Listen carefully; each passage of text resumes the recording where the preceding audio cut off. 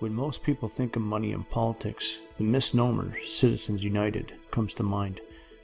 Though true that Citizens United blew the lid off restrictions to campaign finance, the story of money in politics has been affecting us for a very long time. How does money affect politics? It can most directly be seen in that the majority of races are won by those who take in and spend the most funds. Cited by the Washington Post and many other sources, 91% of the time, the better finance candidate wins. PACs, for example, have been around since 1944. Most PACs represent business, labor, or ideological interests. PACs can give $5,000 to a candidate committee per election, primary, general, or special. They can also give up to $15,000 annually to any national party committee and $5,000 annually to any other PAC. PACs may receive up to $5,000 from any one individual, PAC or party committee per calendar year.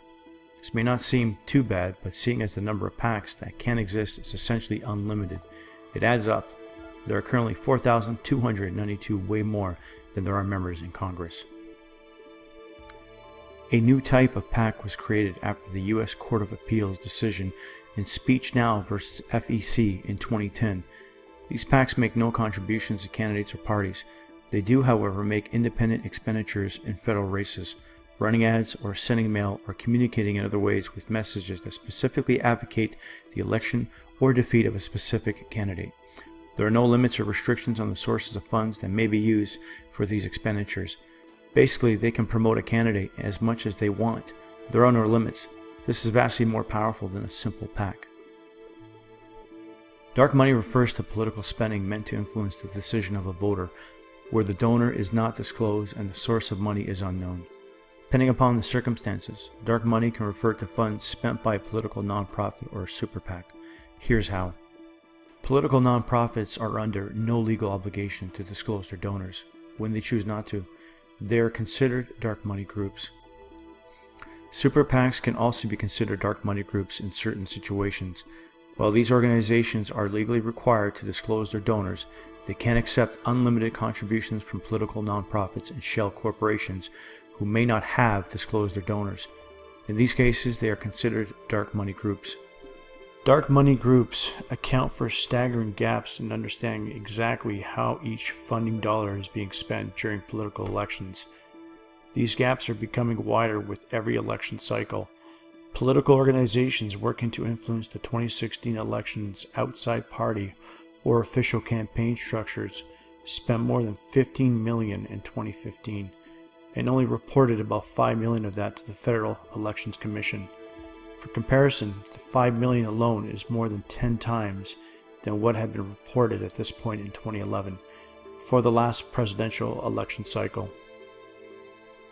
As we see in the graph, how much dark money is becoming prevalent.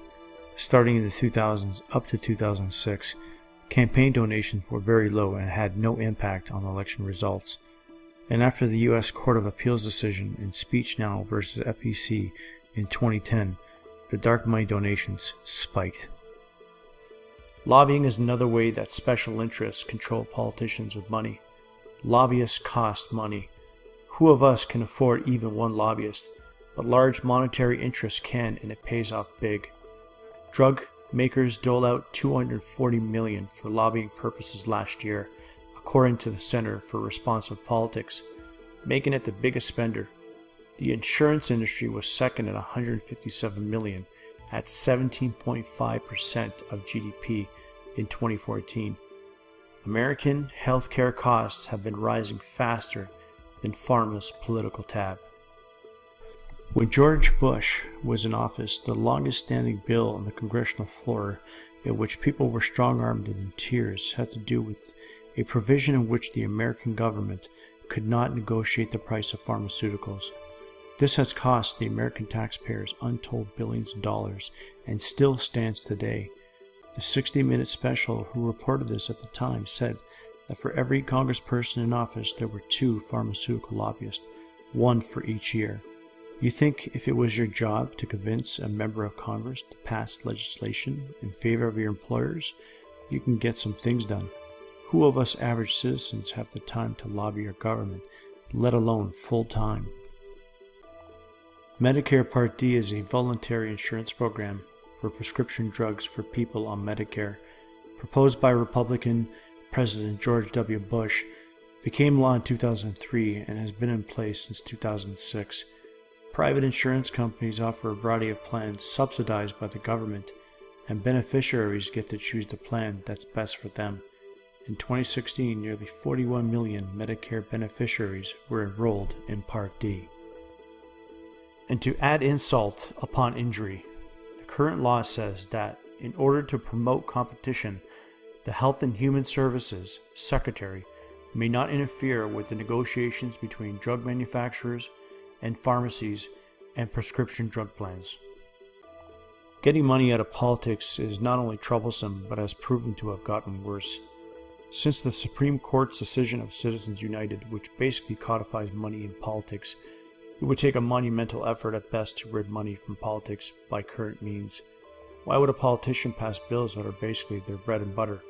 At this point, if they did, it would mean political suicide, as when their big funders dry up, so will their job. As proven by 91% of the candidates who are the best financed win their races. However, direct democracy is a secret weapon, in that it is hard to attack.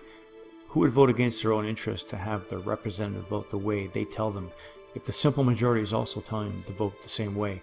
Arguments get made, but they are insidious, and thinking people will quickly catch on. Direct democracy, hopefully coupled with ranked choice voting, would almost mitigate the need to get money out of politics.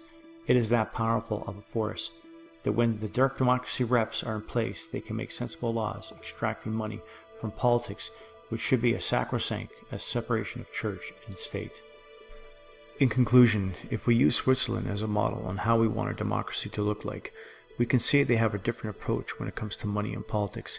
In the end, the will of the majority is heard, and money has no place in a direct democracy.